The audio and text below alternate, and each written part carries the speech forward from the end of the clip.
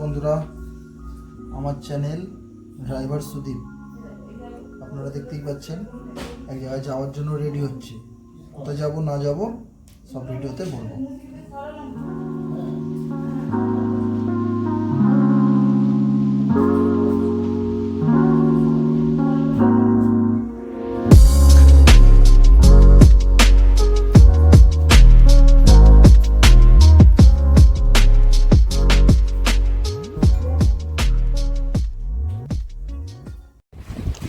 তো গাড়ির চাবি অন করে দিলাম।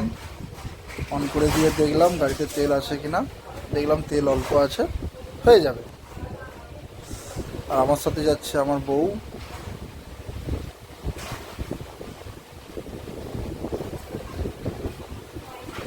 আমার বৌমা আর মা, বাবা, ভাই সবাই। তো একজনদের বাড়িতে যাচ্ছি, মিষ্টি তো নিতেই হবে। তো আমরা দাঁড়িয়ে পড়লাম একটা মিষ্টির দোকানে, আর এই দাদু আমাদের মিষ্টি প্যাক করে দিচ্ছিল। দাঁড়িয়ে আছি, মিষ্টি যতক্ষণ প্যাক করে দিচ্ছে ততক্ষণ দাঁড়িয়ে আছি।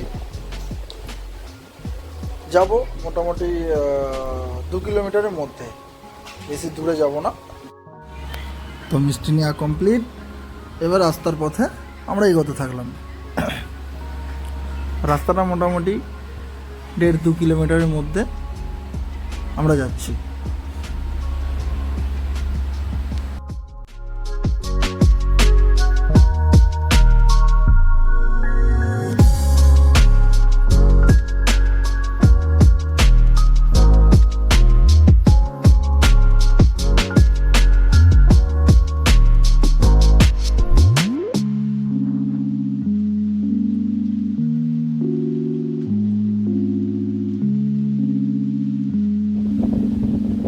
ফাইনালি আমরা পৌঁছে গেলাম।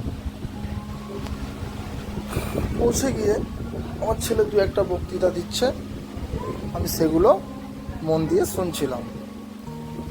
তো ওর মতো কথা বলে যাচ্ছে, আমি আমার মতো শুনে যাচ্ছি।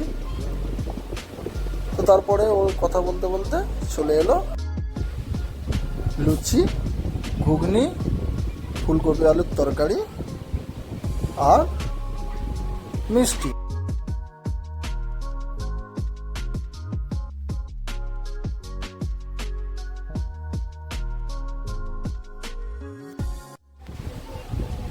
তো বাইরে বেরিয়ে পড়লাম। বেরিয়ে পড়ে আমরা হাঁটি হাঁটি পায়ে চলে গেলাম মণ্ডপের দিকে।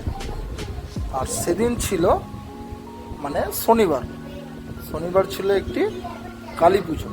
তো সেই কালী পুজো উপলক্ষে আমরা গিয়েছিলাম একজনদের বাড়ি। চাপটি কাটিয়ে দিয়ে মা যেন আস্তে আস্তে আসছে। দেখুন, কালী মাতা কি, কালী মাতা কি, কালী মাতা কি।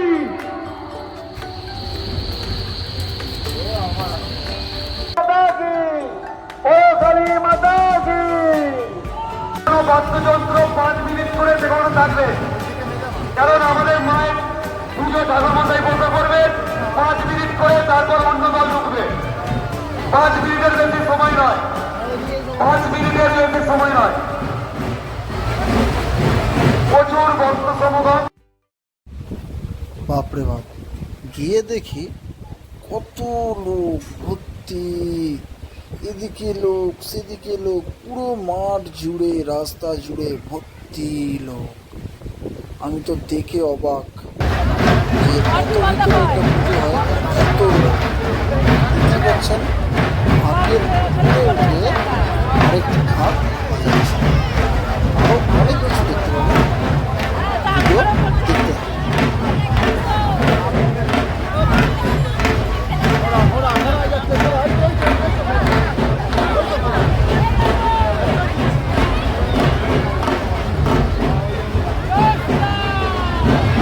আপনারা যারা দিনের স্টেশনে আছেন সেইভাবে দাঁড়িয়ে থাকুন।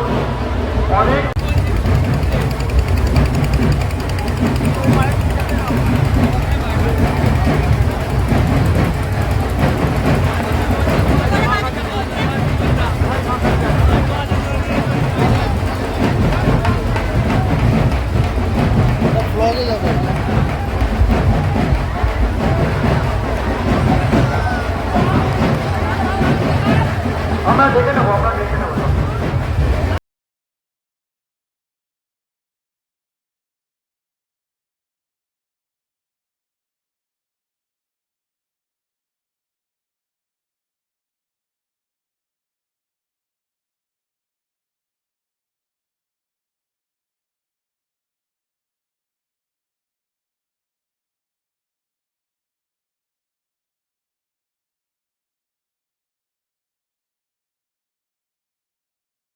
প্রত্যেক ভলান্টিয়ার যারা দূর থেকে দর্শকরা এসছেন আপনারা একটু সারিবদ্ধ হয়ে করুন, একটু আসতে খেলাধুলো করবেন না, একদম খেলাধুলো করবেন না। আপনারা সবাই সিসিটিভি ক্যামেরার আওতার মধ্যে আছেন, সমস্ত সিসিটিভি ক্যামেরার মধ্যে আপনারা প্রবেশ করেছেন। ধারণা করুন।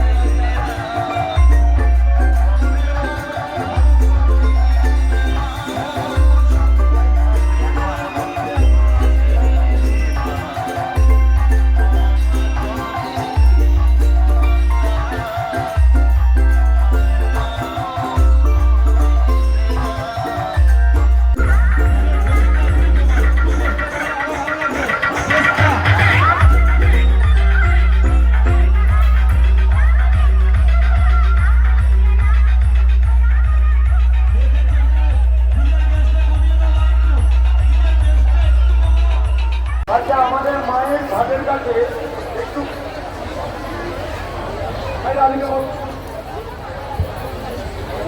তারপর এসব দেখতে দেখতে আমার ছেলের চোখ পড়ে গেল একটু দোল্লার দিকে। দোল্লার দিকে চোখ পড়তেই বলে উঠলো আমি দোল্লা চাপবো। আমি বললাম ঠিক আছে চল, বলে দেখো এই দোল্লা চাপছে, গাড়ি দোল্লা। তো তারপর দোল্লা চাপা হয়ে গেল। চাপার পর ছেলেকে বললাম চল এবার বাড়ির দিকে রওনা দিই। তো আজকের মতো টাটা, বাই।